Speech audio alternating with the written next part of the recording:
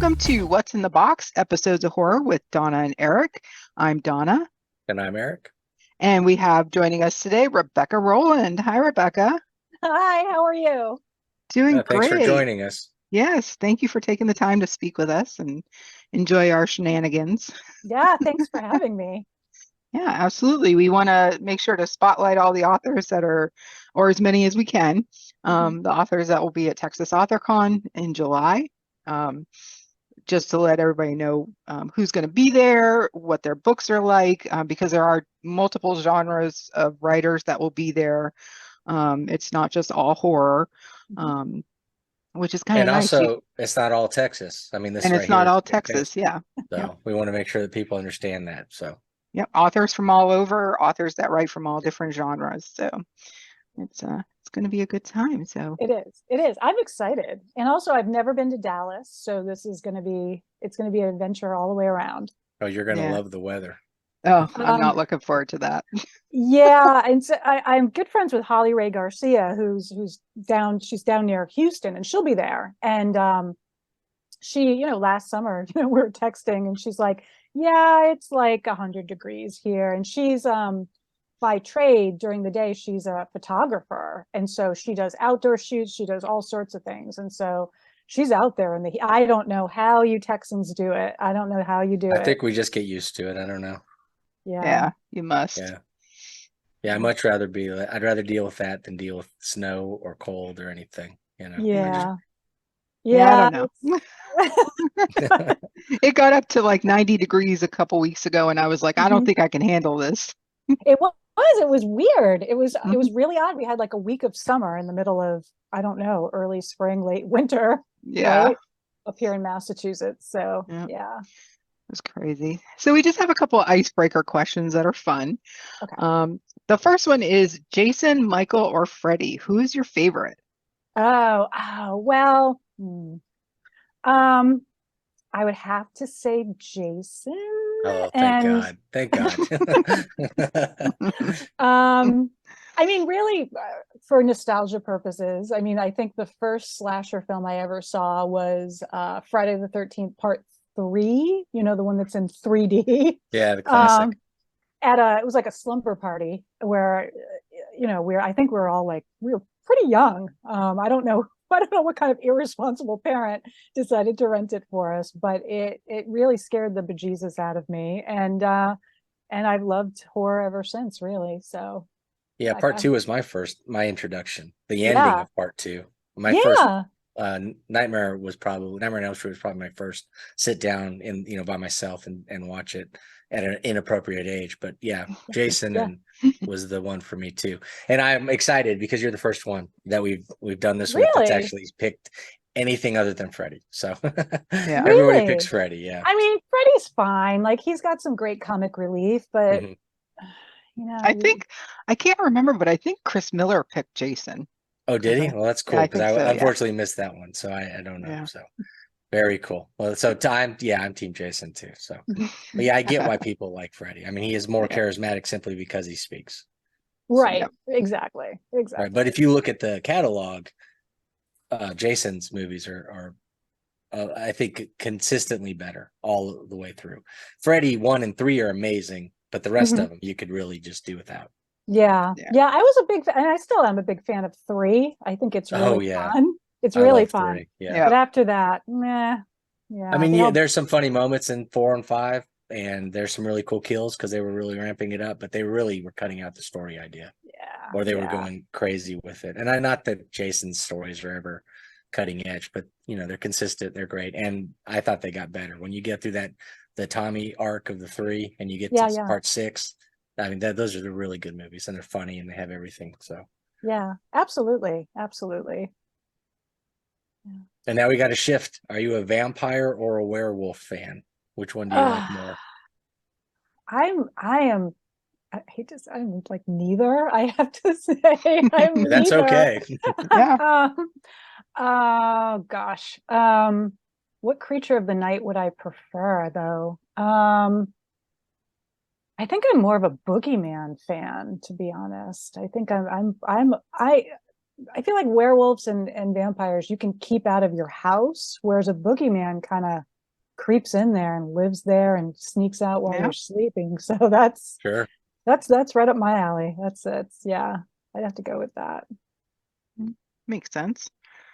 Yeah, we're team werewolf. Yeah, we're big werewolf. I mean, I'll watch a werewolf movie no matter what, but I avoid most vampire movies because most of them are the same. Now, that's not saying that like Lost Boys and Fright Night; those are some of the best movies. I mean, they're in my top 10. Oh yeah, overall, Near but- Dark. Near Yeah, Dark, I Near love. Dark. I just Yeah. love because I love anything Bill Paxton puts his hand on.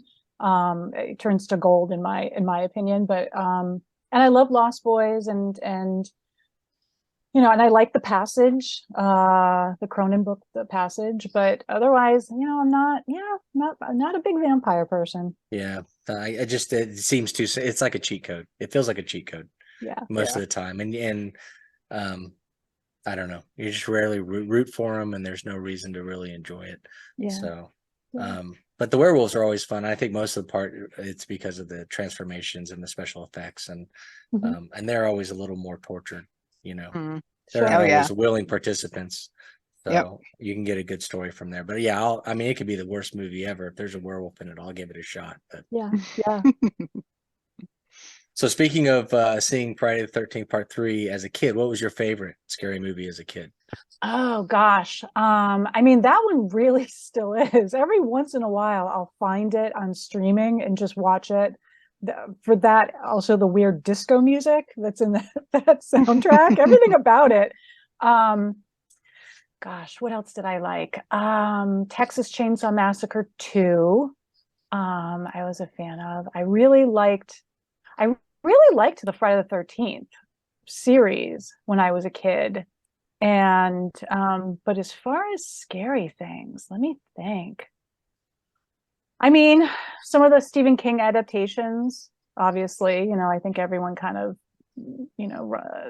goes to him, but Yeah, yeah, I think would watch that. it. I mean, I'm not sure when you were a child, but the like Pet Cemetery, I think that one stands Mhm. out, right? As Mhm. as the big one that everybody that loved gravitated towards from the Stephen King stuff. And Yeah, the and It's it, miniseries. yeah, the original one, the Mhm. original one. So I've talked about this, so it's not a secret, but I have a real weird fixation with sharp teeth. For some reason, they're very unsettling to me, even as a kid, like being very, very little. I was always afraid of being bitten, and I'd never been bitten. Like no one had any weird dental work in my family or anything like that. So the mini series for it, I went in watching that, not realizing the transformation that Tim Curry undergoes Oh, when right. when he's pulling, Yeah. Georgie into the sewer. It's an image I think I will never wipe from my memory. So yeah, it is definitely a favorite for sure. Is it so? I guess you said you like the Friday the 13th Part 3 even now, but what's your favorite Yeah. movie now? Is there, Oh, you have for a different one scary. that you go to, yeah, or you Yeah. still go back to the old ones? No, I mean, I think The Thing has actually become Mhm. my favorite of all time. Aliens is I really enjoy, and I'm not a big sci-fi person, and yet it's oddly enough, I'd say in my top 10 scary movies, a lot of them are sci-fi. Event Horizon, Yeah, I find really scary. I've Nicole got two of Wolver. them right behind me. I've got the event. I don't know if you can Oh, see right, the thing, right. Event Okay, Horizon. yeah, Event Horizon. So Yeah. it's yeah, Sam Neill, and just everything about that movie is terrifying, is Mhm. terrifying. Session 9 was filmed actually in just north of Boston. And when that came out, I saw it in the theaters when it first came out. And I think it holds up to this day. It's not sci-fi, it's very psychological, but it's terrifying on this level. And I believe it's a Mike Flanagan film, like it's one of his early pieces. So Session 9. I'll have to put that. I don't think I've seen Session 9, so I'll have to write it down. Oh, it's very, very unsettling. unsettling. Yeah, Is that the one at the psych hospital? it is. They're cleaning Okay, up the yeah. psych Yeah. I have hospital. it on my to-do list. I just haven't got around to it. But yeah, I'll move it up. So we'll definitely Yeah. have to go hunt it down. Yeah. And I mean, the Dead Zone. So the Dead Zone is celebrating its 40th anniversary, and I was not old enough to see it in the theaters when it came out, but it is one of those movies that I will rewatch over and over Yeah. again. And I it love holds up so well. it. Holds up. The whole scissors killer motif that goes on there, the whole everything about these terrifying visions. Christopher Walken's fantastic in it. Yeah, I think now people think of him as a character, and so nobody takes him serious. But his early movies, man, he just knocked it out of the park every time. I mean, he's Absolutely. terrifying when he wants to be. Yeah, And absolutely. he's an amazing victim, because in that whole movie, he's a victim, really. I mean, he's, being tortured and tormented with those visions and things, and just trying to do the right stuff and Yeah. losing everything while it's going on. So Yeah, I feel like he's one of King's characters. I know that we're always supposed to identify with the protagonist, but I don't. I most of his protagonists, I'll identify with, but from a great distance with him, with his character. Now I'm completely blanking on his name, even though I find him so identifiable. This whole idea of loss with going through this car accident and being in a coma for so many years and losing the love of his life and losing all of this, everything about it, I think is something that we can all relate to, and so I think it's that more touching. And Johnny Smith. I mean, that's probably one we Johnny, should have known right away. Johnny, Right? sorry, Johnny, yes, Johnny. Yeah, so that's definitely on my list as well. So if somebody came to you and said, "Hey, I'm new to reading horror," what book would you recommend that they start with? Ooh, I would ask them what scares them, because I do think that it depends on what you're afraid of. I myself am not really afraid of supernatural things. Like the boogeyman concept is creepy to me. It's very creepy, but I'm not lying awake, thinking that someone is under my bed or anything like that, or that zombies are going to take over the world or anything weird. But there are certain things that I am afraid of that are very real. Like one would be losing my own sanity. And so I think for me, psychological horror is absolutely terrifying. It's terrifying. Unreliable narrators, anytime you sort of realize you've put your trust in this character and they are absolutely insane, then it makes you question your own sort of, sanity. Mm-hmm. And I think that for me is very frightening. So I think it really depends on what they're afraid of. I mean, one of my closest friends, who I work with, her name is Ruth, and she reads horror voraciously. Like she watches every horror movie that comes out. Like she's just an encyclopedia of horror media. And she will tell me she won't watch, serial killer, any sort of realistic horror, any sort of psychological horror. She won't watch, because for her, the thrill is being able to watch it, but also have that distance of, well, that can never happen. Okay. There aren't these ghouls, there aren't these creatures of the night, there aren't these zombies. She was a huge Walking Dead fan because it is so removed from our real life. And I think that I'm just the opposite. I would rather be scared at something that I think that is a great possibility. Yeah. So I think I talked around that question completely. I don't know. That's all right. Title. It's all right. I don't have It's a okay. title offhand. It's an answer. You definitely gave an answer. Do you have a favorite horror book? Horror novel? It used to be. I'm a short story writer generally, so I also read mostly short pieces, and so I love short horror collections. Stephen King's Night Shift, for That's sure. Joyce Carol Oates's The Doll Maker and Other Tales of Terror. I could read them over and over and over again, and they're lovely and they're well written, and they're scary. They're scary all over again. Yeah, and it gives you smaller pockets of horror, so you can get different subgenres within the book, Right. looking at Correct. different things. So Yeah. I guess that leads us into, is that what that's what you like to write? That's your preferred subgenre of horror, is the short story? It is. It is. I would say, yeah, I would say 90% of what I write is short fiction, anywhere from, like, my sweet spot is probably 4,500 words to 8,000 words, right around Yeah, this there. one's Yeah, so that one's about 15,000. Yeah, so I have some novellas and I have one novel, but I'm not, and people ask me all the time, like, oh, when are you gonna, put out another novel? And to be quite honest, I don't like my characters enough.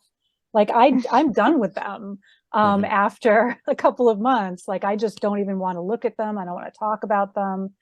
And I think when you're writing, you really have to live with them. They have to become your constant companions. And I just, I like them enough for that time period, but I'm very happy to say goodbye to them. So short fiction is much easier and much more comfortable for me. That's great. Do you listen to anything particular when you write?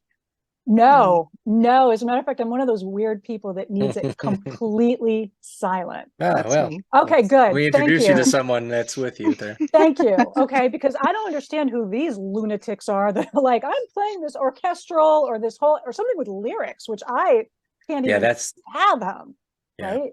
Yeah. Yeah, I listen to music, and most of the time I do lyric free, because if I have the lyrics going, I stop and I start listening to whatever I'm listening to, right? Right. But I Right. do like to have score, and sometimes I'll do Really? whatever genre I'm in. Like, I just finished an extreme Western, Yeah. uh, and so I did the spaghetti Western soundtracks just constantly, just rolling through all of them Really? as I was writing it. But a lot of times I'll do like dark scores, Yeah. from different movies, or if I'm looking, like, YouTube's really cool. They do like, they'll do stuff, and it'll be like, the title will be music that a 19th century villain would listen to. And so it's like Oh. this darker, a lot of cello and violin, and so if that's the vibe I'm looking for, I'll listen to that while I'm writing.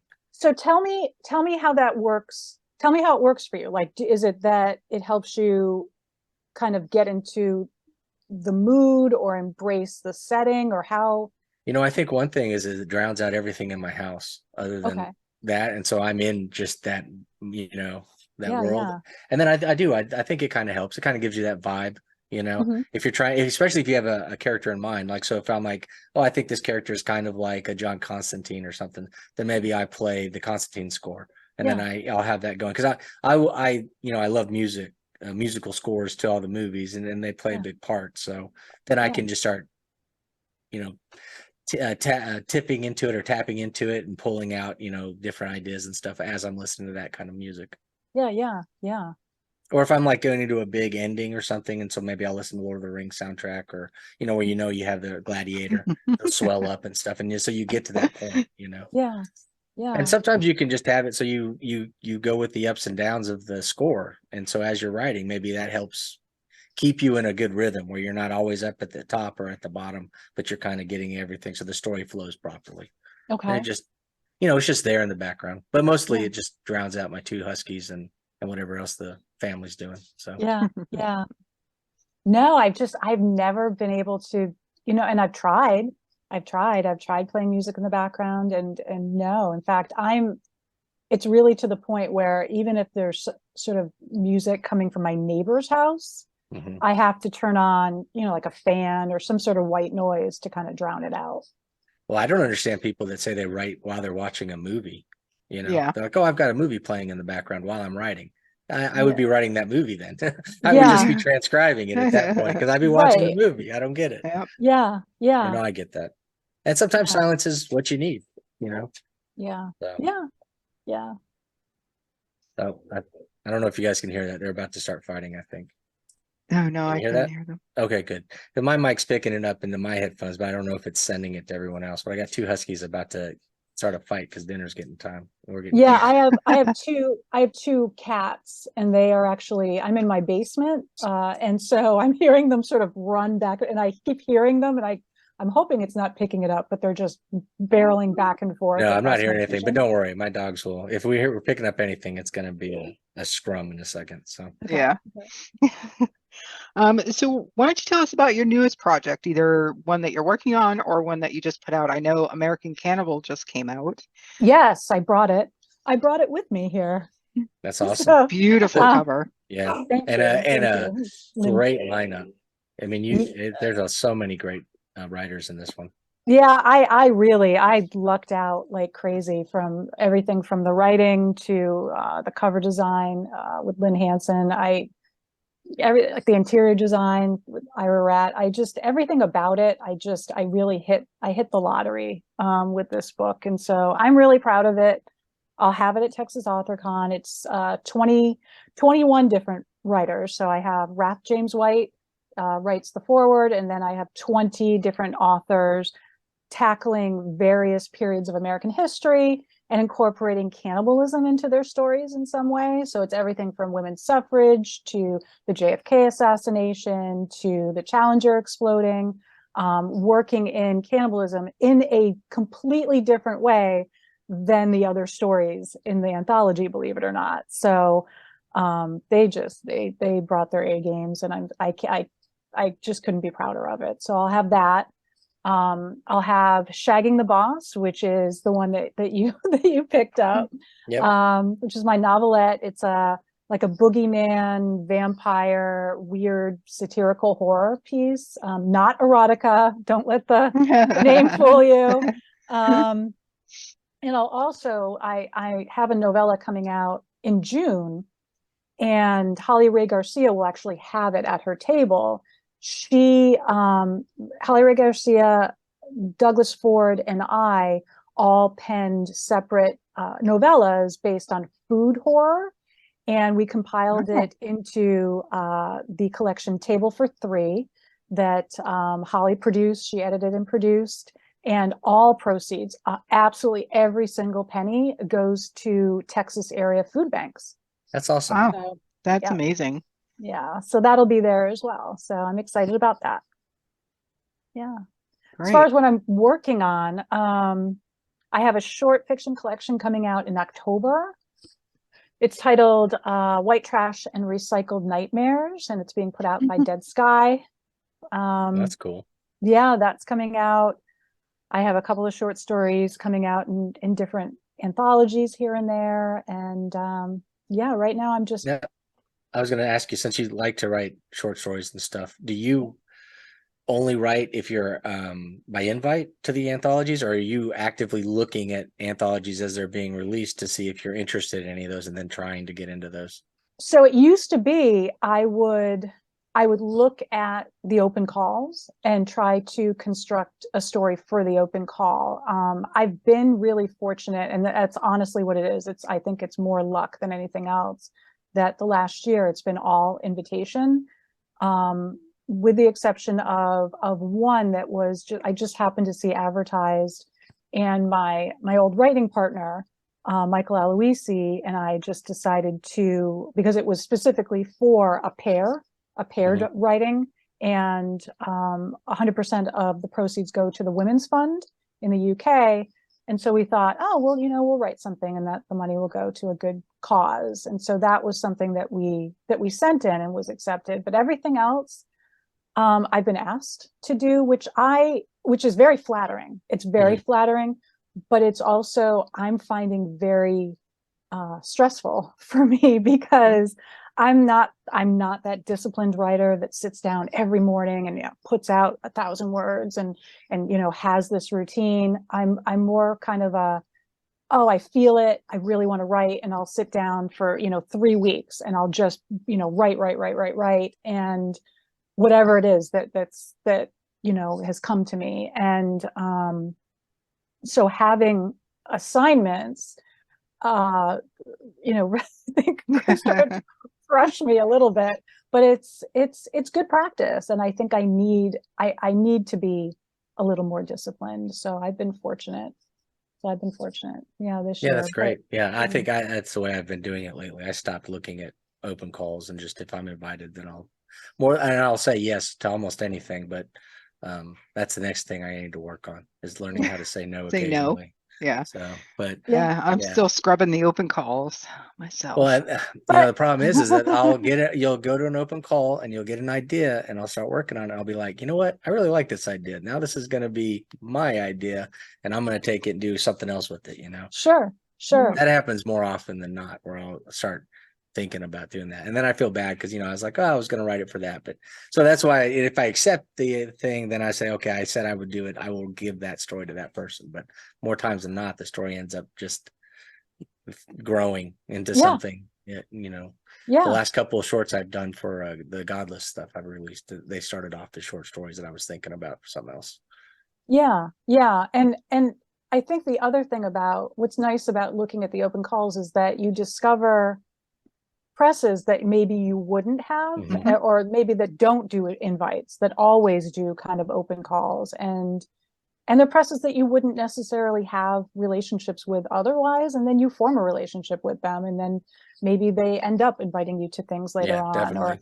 Or so I mean, I think that who knows, every once in a while, if I happen to be on social media and someone will post something, I do think to myself like, oh, that might be kind of cool to be to write for that. So why not? Yeah, definitely. I mean, yeah, I'm one of those procrastinator writers. I have like, oh, submission deadline is June 1st, and it's like, May 30th. I'm like, I guess I got to write that story now. But that's good, because then it forces you to like sit down and just belt it out, which is great. Yeah.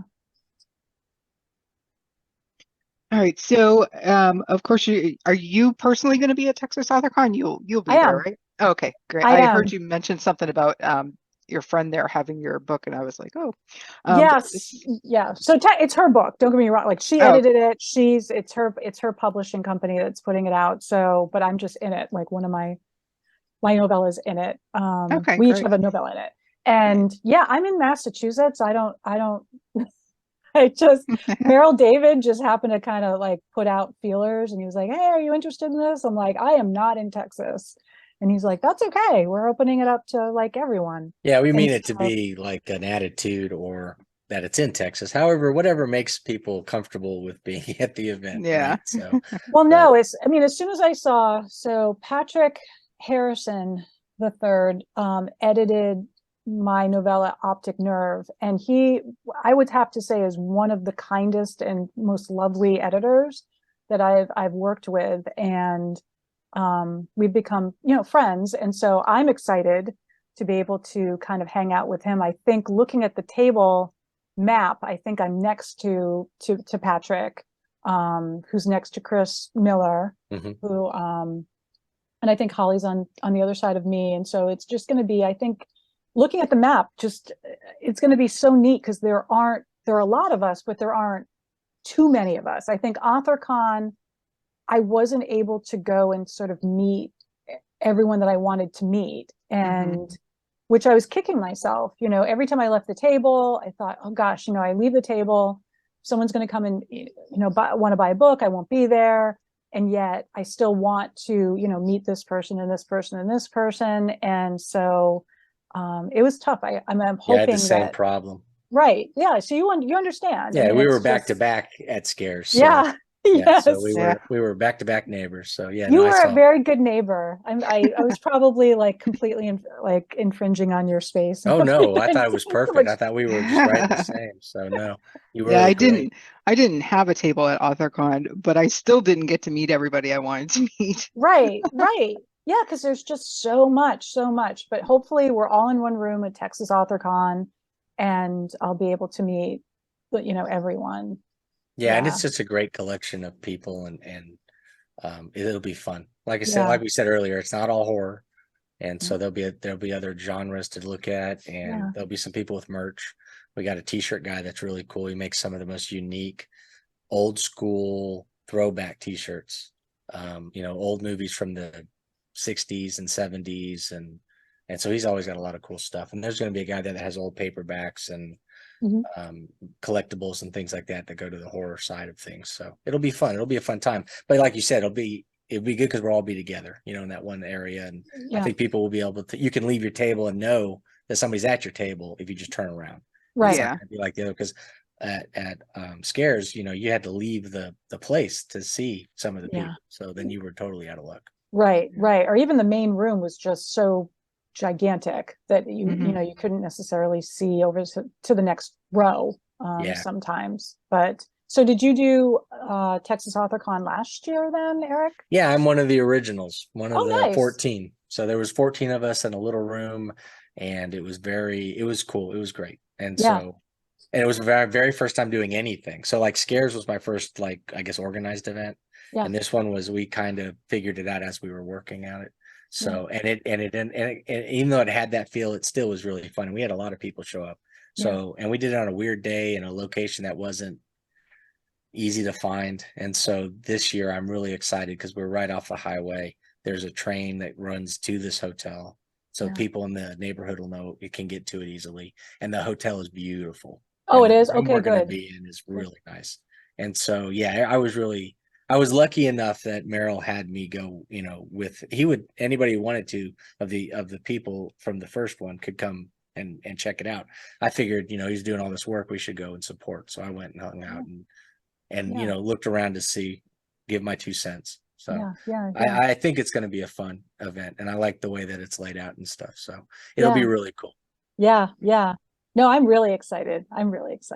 Yeah, and I'm excited that we brought in so many people from outside of Texas too. I mean, we don't really have an event in North Texas.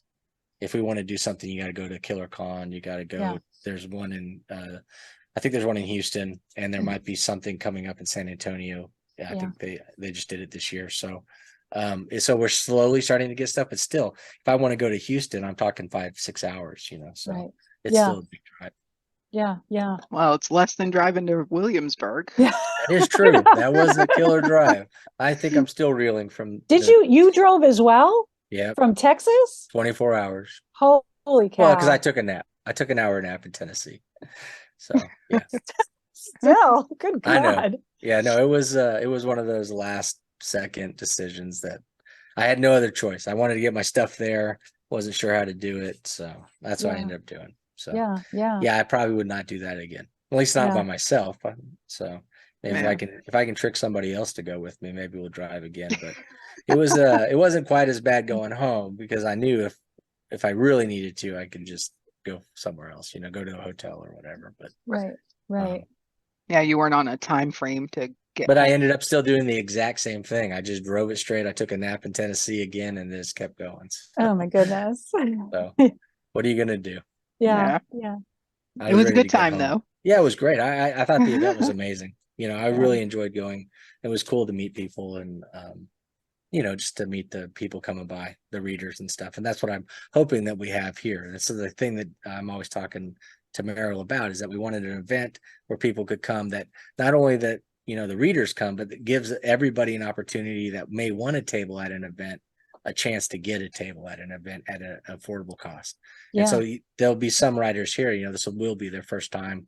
And it's because some of it's because they can afford it and because it's local. Because we do have quite a few Texas writers that, they can't go to Scares. They can't go to the Stoker one, because that one's always moving around and stuff. So, and it's expensive. It is. Yeah. I looked at tickets for that and I was like, oh. Yeah. And this year it's the hotel is completely booked and the surrounding hotels are all booked because there's a Taylor Swift concert that weekend. Oh wow. Or planning. Right. Yeah. So people that are kind of deciding in the last 3 months, like, hey, I'm going to go to Stoker, are finding they can't because there's just nowhere to stay, unfortunately. So that stinks for sure. Yeah. And this is originally, this was just a sales event too. We weren't doing panels or readings, but we're doing that this year. So but what's cool about that is that's even in the room. They have a room inside the room, so people can go there and do that, but they're not leaving the area. So it won't pull readers out of the room.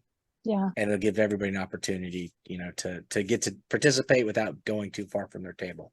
Yeah. Nice. So of course we can find American Cannibal on Amazon. The rest of your stuff is on Amazon as well. It's all on Amazon, Barnes and Noble, local bookstore if you just ask.